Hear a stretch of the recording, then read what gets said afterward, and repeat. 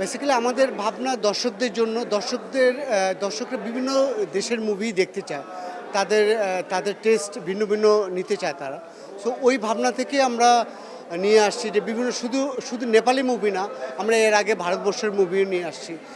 আমরা কিছুদিন পরে আমরা টার্কিশ মুভি নিয়ে আসব, স্প্যানিশ মুভি নিয়ে আসবো। সো আমাদের চিন্তাভাবনা যে দর্শকরা যে ধরনের মুভি তারা দেখতে চায়, আমাদের স্টার সিনেপ্লেক্স সেই ধরনের মুভি তাদেরকে উপহার দিবে।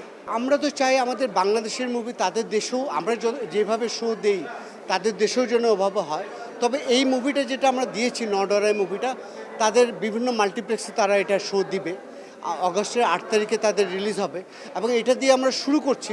ভবিষ্যতে আমাদের বিনিময় আরও বেশি হবে। দর্শকরা সব ধরনের মুভি বাংলাদেশে দেখতে চায়, বিশেষ করে স্টার সিনেপ্লেক্সে দেখতে চায়। সো আমরা চাই আমাদের দর্শকরা কেন ডিমোটিভেটেড হবে। সো আমাদের এখানে সুযোগ আছে, যেহেতু সাফটা এগ্রিমেন্টের মাধ্যমে আমরা বিভিন্ন দেশের মুভি নিয়ে আসতে পারি। সো আমরা আশা করব যে বিভিন্ন আমাদের পাশাপাশি শ্রীলঙ্কান মুভি হতে পারে, পাকিস্তানি মুভি হতে পারে, সব দেশের মুভি আমরা যেন আমাদের বাংলা মুভির দর্শককে উপহার দিতে পারি। আসলে দর্শকের চাহিদাটা ফার্স্ট আমাদেরকে দেখতে হয়। দর্শকরা যে ধরনের মুভি দেখতে পছন্দ করে আমরা সেই ধরনের মুভি নিয়ে আসি।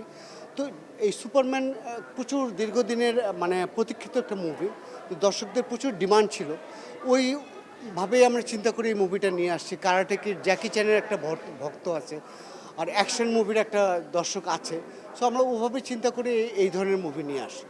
আমাদের বিগত কয়েক বছর ধরে যে আমাদের বাংলা মুভির যে চেঞ্জেসগুলো আমরা দেখতে পাচ্ছি, আমরা যে দর্শক ফ্লোটা দেখতে পাচ্ছি, এটা আগে আমরা দেখতে পেতাম না।